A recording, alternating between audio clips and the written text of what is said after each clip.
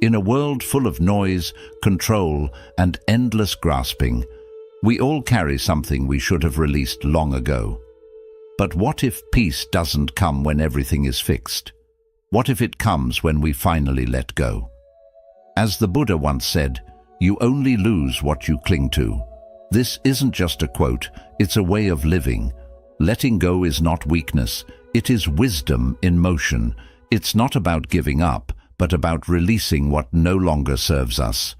Today, take a deep breath, slow down, tune in, because the moment you let go is the moment you come home to your peace, your clarity, your true self.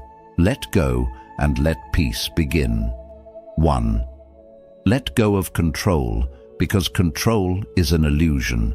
Many of us live with the deep belief that if we can just control everything around us, our relationships, our future, how others perceive us, then we will finally feel safe, respected, and at peace. We plan obsessively, try to fix people, stress over outcomes, and hold tightly to routines. But no matter how hard we try, life refuses to obey our script. In Buddhism, there is a core teaching called anicca, impermanence.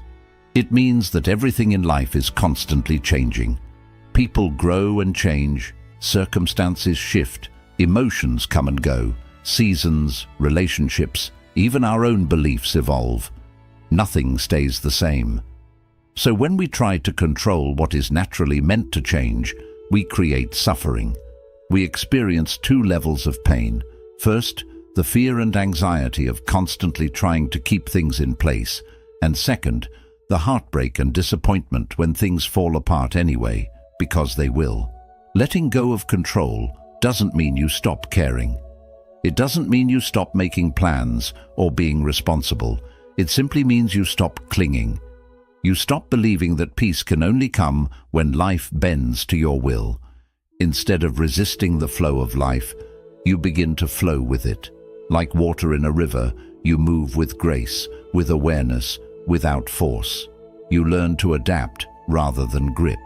You find strength not in tightness, but in your ability to stay calm through uncertainty. True strength is not about forcing outcomes. It is about trusting the present moment. It is about meeting life as it is, not how you wish it to be. The moment you stop trying to control everything is the moment you discover a deeper kind of power, the power of peace, acceptance, and clarity. Letting go is not failure, it's wisdom. It's the soft courage to release what's outside your control and focus on what you can truly influence, your own thoughts, reactions, and choices. In that shift, real peace begins. 3. Let go of attachment, because what you own owns you. Attachment is one of the greatest sources of human suffering. We attach ourselves to people, outcomes, identities, and possessions. We believe that holding tightly to these things will bring us happiness, security, or a sense of purpose. But in truth, attachment is a trap disguised as comfort. In Buddhism, attachment is called tanha, craving or clinging. It arises when we try to hold on to things that are, by nature, impermanent. A relationship, no matter how loving, will change. A job, no matter how secure, may end. Even our bodies, status, and abilities will eventually shift. The more tightly we grip, the more pain we feel when things inevitably change. We begin to fear loss, resist growth, and feel anxious about the future. This creates suffering, not because things are changing, but because we expected them to stay the same. Letting go of attachment does not mean we stop caring. It means we begin to care differently, with openness, not possession. We learn to love without needing to own, to enjoy without needing to cling, to give without expecting anything in return. It's the difference between holding a bird gently in your hands and locking it in a cage.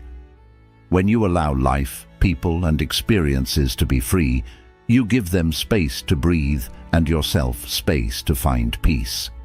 Attachment is often based in fear, the fear of being alone, of not being enough, of losing what we think gives us value. But when we examine these fears, we realize that our peace cannot come from anything outside us. It must come from within. The Buddha taught that freedom begins when we stop tying our happiness to things we cannot control, when we stop saying, "I need this to be okay," and start saying, "I am okay, no matter what comes or goes." Because in truth, what you own, if you cling too tightly, ends up owning you. You become a prisoner of your desires, expectations, and fears. But the one who lets go becomes free. Free to love without fear, free to walk through life with an open heart and a steady mind, free to experience deep, lasting peace, not because of what they have, but because of what they've released. Let go, and you'll realize you were never missing anything. You were just holding on too tightly to what you were meant to set free. 4. Let go of the past, because it's already gone. The past can be a quiet prison. We carry memories like heavy stones, regrets over what we did, shame over what we failed to do, sadness over what we lost. Our minds often replay these old moments, hoping to find closure or to rewrite the ending. But no matter how many times we revisit the past, we can't change it. What's done is done. In Buddhism, one of the most powerful teachings is mindfulness, living in the present moment with full awareness and acceptance. That's because the present is the only moment that's truly alive. The past is a memory. The future is a dream. The only place we can breathe, act, and find peace is now. But when we cling to the past, we become blind to the beauty of the present. We walk through life looking backward, carrying guilt, bitterness, and pain from events that no longer exist. It's like dragging a bag of broken glass behind us, hoping one day it will make us whole. Letting go of the past doesn't mean pretending it never happened. It doesn't mean ignoring your pain or forgetting important lessons. It means you choose not to let it define you anymore. It means you stop feeding energy to memories that steal your peace and power. You cannot heal what happened by obsessing over it. Healing begins when you stop trying to relive the moment and start asking, "What am I doing with this moment now?" The Buddha taught that suffering comes not from what happened, but from our attachment to what happened. It's not the memory itself that hurts us. It's our unwillingness to let it pass. Forgiveness is a part of this. Forgiveness doesn't mean agreeing with what someone did. It means freeing yourself from the chain that keeps you tied to that pain. Whether it's someone else's mistake or your own, you forgive so you can be free. When you stop carrying the weight of the past, something beautiful happens. You become lighter. You begin to see life more clearly. You make space inside yourself for new joy, deeper peace, and real freedom. Some people stay stuck in their old story for years. But you are not your past. You are not what happened to you. You are what you choose to become now. Let go of the old chapters. Let the pain breathe. Let the grief flow. And then, gently, let it go. Because the past is already gone. But your peace, your future, your present moment, that is still in your hands. 5. Let go of ego, because it separates you from everything. The ego is the invisible mask we wear, the story we tell ourselves about who we are and what makes us important. It whispers things like, "I am better than them. I can't be wrong. I must win. I need them to see how powerful I am." At first glance, ego looks like confidence. It looks like ambition, pride, and self-respect. But look deeper and you'll see the truth. Ego is fear in disguise, fear of being overlooked, fear of being unimportant, fear of losing control. In Buddhism, the concept of anatta, or non-self, teaches us that there is no permanent, solid self. Who you are is not a fixed identity. You are not your name, your job, your body, or your opinions. You are not even your thoughts. You are the awareness beneath it all, the presence watching the experience unfold. But the ego tries to protect a false identity. It builds walls between us and others. It says, "This is me and that is you." It separates, it competes, it constantly compares. It clings to the need to be seen, to be right, to be superior. And in doing so, it isolates you, not only from others, but from your own peace. Think about it. How many arguments were created not by truth, but by ego needing to win? How many relationships were destroyed, not by lack of love, but by someone refusing to say, "I was wrong"? How often do we feel angry, hurt, or offended, simply because our ego got bruised? The ego is obsessed with image. It wants others to see you as powerful, wise, successful, untouchable. But this image is not you. It's a costume, a fragile shell that must constantly be defended and maintained. And the moment someone questions it or doesn't treat you the way you expect, the ego feels attacked. Letting go of ego doesn't mean you have no identity. It means you no longer need to cling to one. You no longer define yourself by status, labels, possessions, or being right. You realize that your value is not based on how people see you, but on your own internal truth.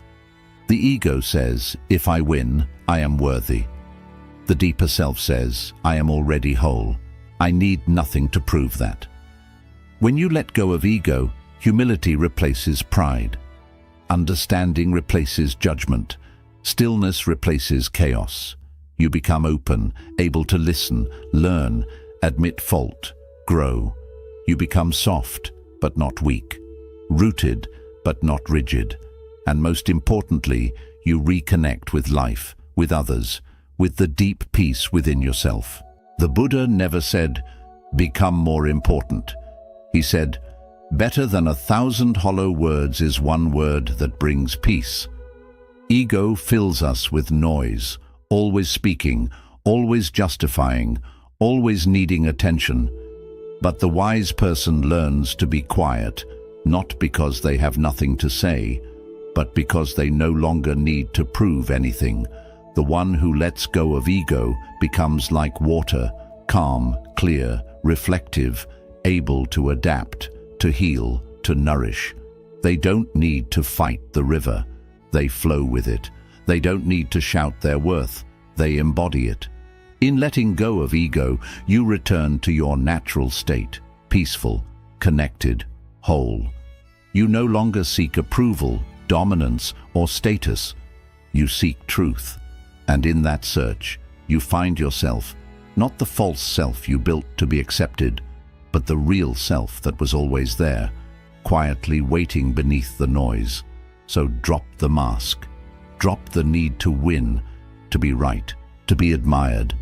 Breathe and let go, because in the absence of ego, true peace is found. Would you like me to continue with Lesson 5 in the same detailed format? 6. Let go of expectations because they create suffering. Expectations are the invisible chains we place on life. They are silent agreements we make with the world, most of the time without telling anyone. We expect people to behave a certain way.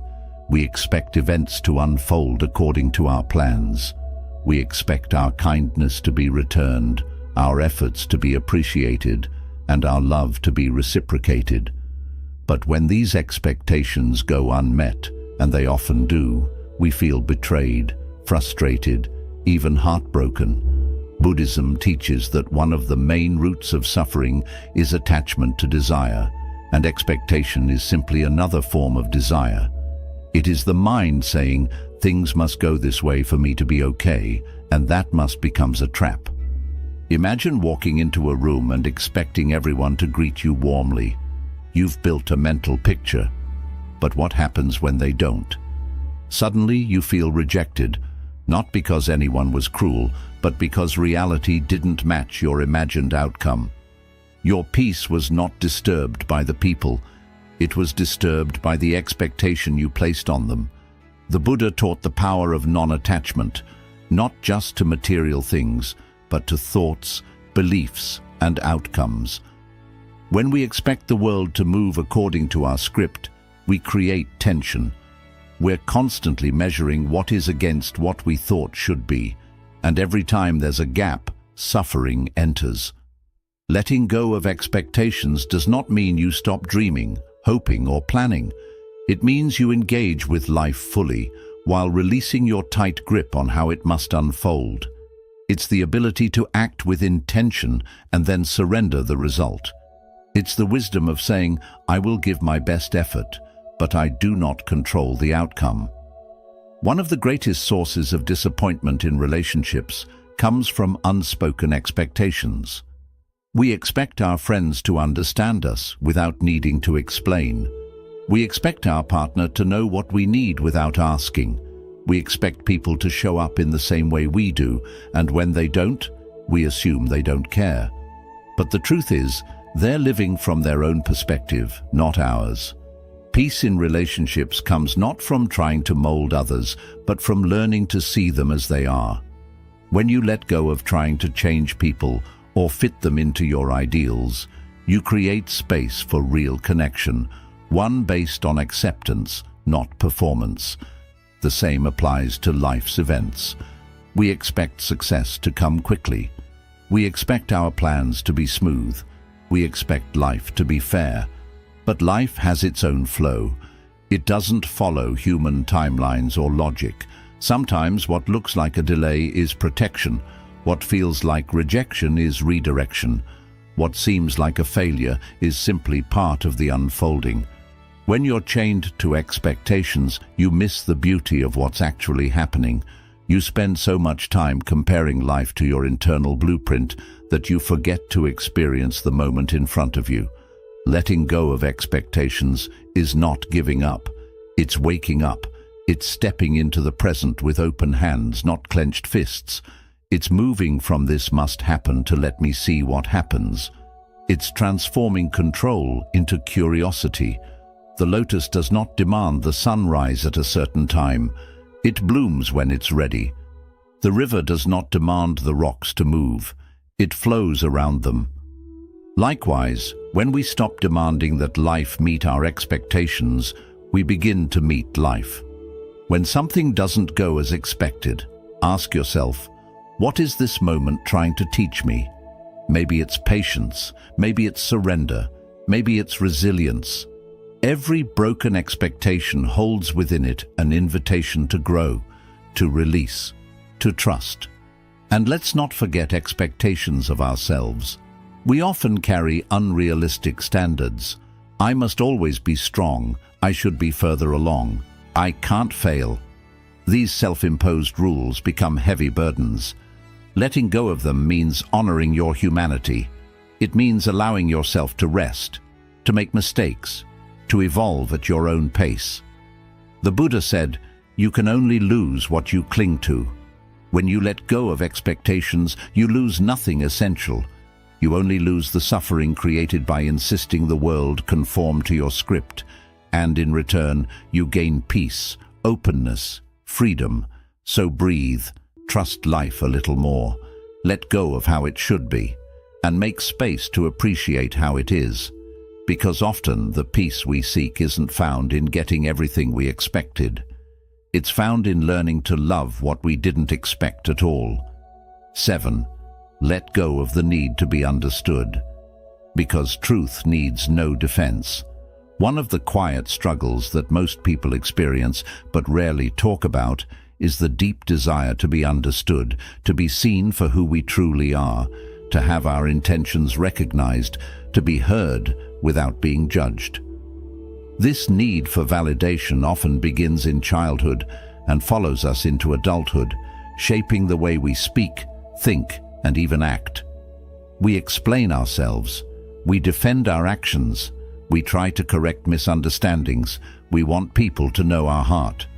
But here is the truth Buddhism gently teaches. The need to be understood by everyone is a form of attachment. And like all attachments, it leads to suffering. Not everyone will understand you. Not everyone will appreciate your silence, your growth, your boundaries, your truth. And that is okay. The Buddha taught that equanimity, a state of calmness and balance, is one of the highest qualities we can develop. Equanimity means being steady in the face of both praise and blame. It means your inner peace doesn't rise or fall based on how others see you. You begin to live not from reaction, but from clarity. The problem with constantly seeking to be understood is that it ties your peace to something external, another person's perception. And no matter how clearly you explain yourself, no matter how kind or sincere you are, some people will still misunderstand you. Not because you failed, but because they are listening through the lens of their own beliefs, fears, wounds, and expectations. Trying to force someone to see your heart is like yelling into a storm, hoping it will stop raining. It drains your energy and leaves you frustrated. The truth is, not everyone is meant to understand your path because they haven't walked it. Not everyone can feel your depth because they haven't lived your pain. And not everyone can hold your vision because they haven't seen what you've seen. Letting go of the need to be understood is not about becoming cold or disconnected. It's about freeing yourself from the emotional trap of over-explaining, over-defending, and overthinking. It's about honoring your truth so deeply that you no longer need others to confirm it. You start to realize, my truth doesn't need to be broadcast. It just needs to be lived. My peace doesn't come from their agreement. It comes from my own alignment. My worth is not dependent on being seen. It is inherent. This kind of quiet self-trust is powerful. It's the strength of a monk who walks alone, but walks in peace. It's the calm of a person who knows their intentions are pure, even if others question them. It's the freedom of a soul that no longer needs approval to breathe freely. There's a beautiful Buddhist metaphor. Be like the tree that stands still as the wind moves through it. The wind represents opinions, judgments, misunderstandings. The tree is your grounded self. It feels the wind, but it does not bend with every gust. It remains rooted in its truth. When someone misunderstands you, take a breath. Ask yourself, is it worth explaining, or is it better to be at peace?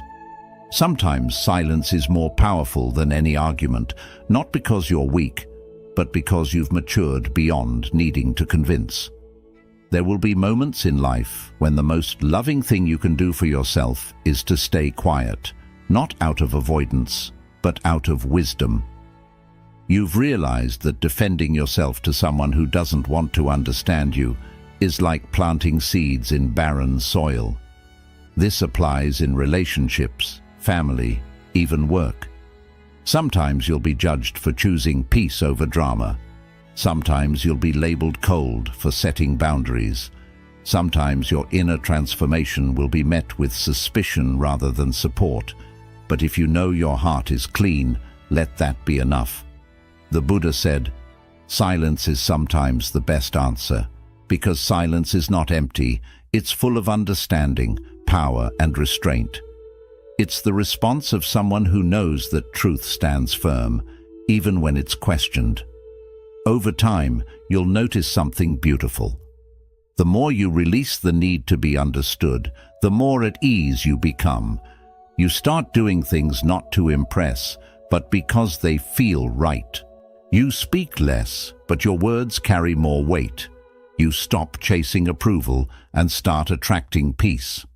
Letting go of the need to be understood doesn't mean you isolate yourself. It means you finally come home to yourself.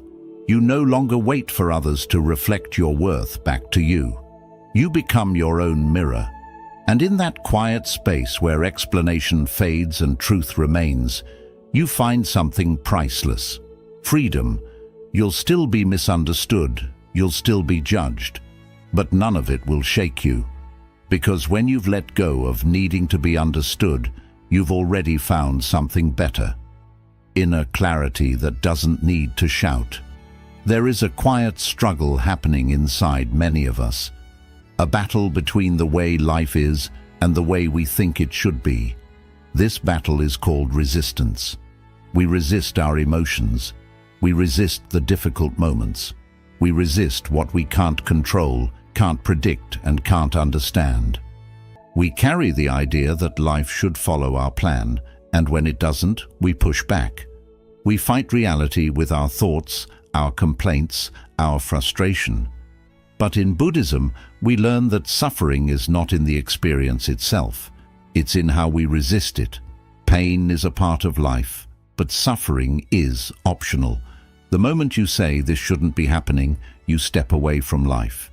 You move into a fight with it. And no one wins a fight against the present moment. Think of a river flowing downstream. If you jump in and try to swim upstream, resisting the current, you will tire, struggle, and eventually be dragged under.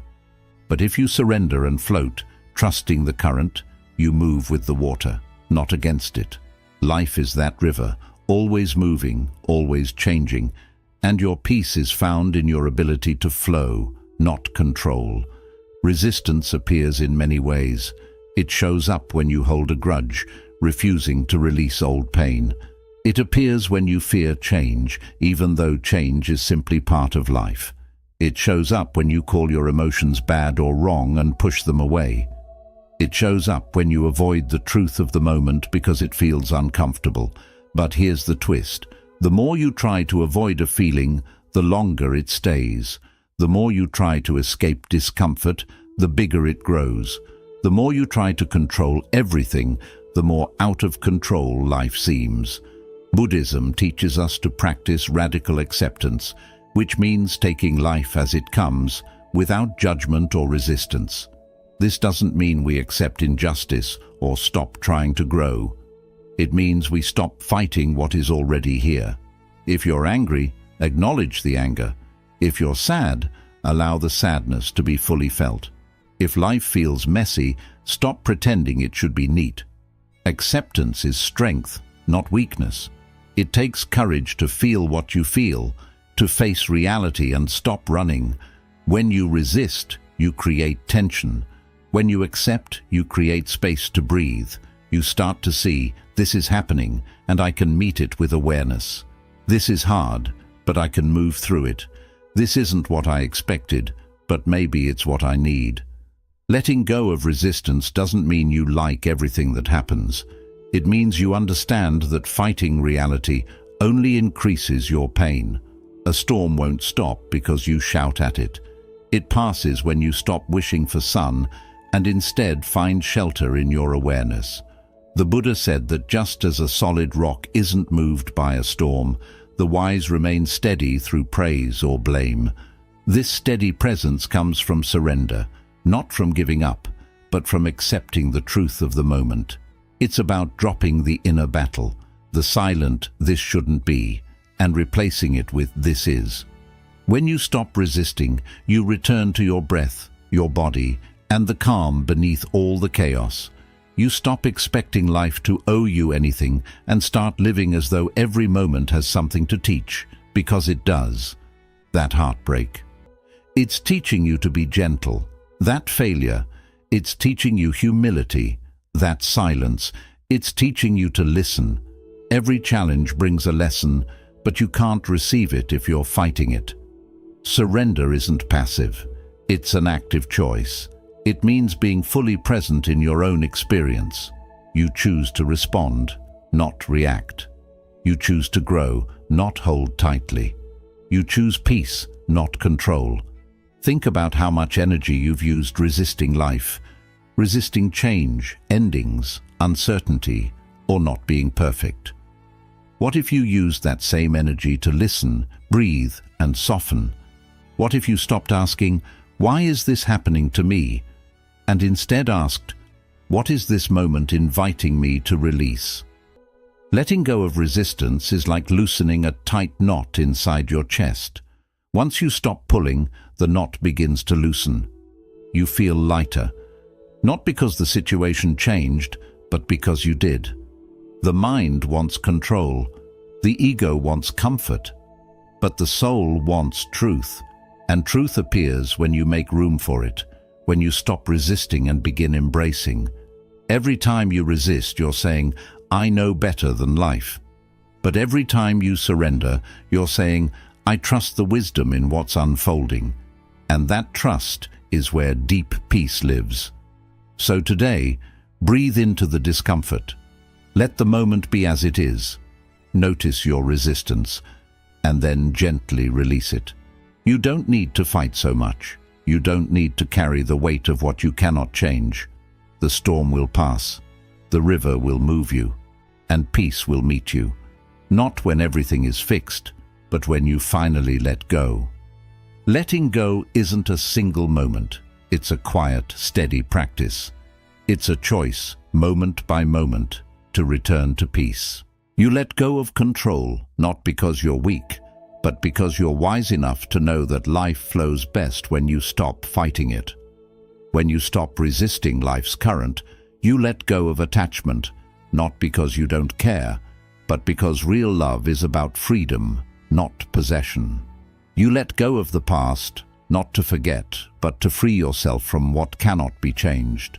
You let go of ego, not to lose yourself, but to remember who you truly are beneath all the noise and roles. You let go of expectations, not to lower your standards, but to raise your awareness and meet life as it really is, not as you think it should be. You let go of the need to be understood, not to isolate yourself, but to trust your truth in silence without seeking approval. And you let go of resistance, not to give up, but to breathe deeply and let peace find you where it has always lived. The world will still try to pull you back into the storm, but remember this: you were never meant to control the wind. You were meant to learn to stand still, let go, and trust the sky to clear on its own. Letting go isn't the end. It's the start of clarity, compassion, and deep, steady peace. So wherever you are, whatever you're holding, take a deep breath and gently ask yourself, is it time to let go? Because when you do, you won't fall, you'll rise.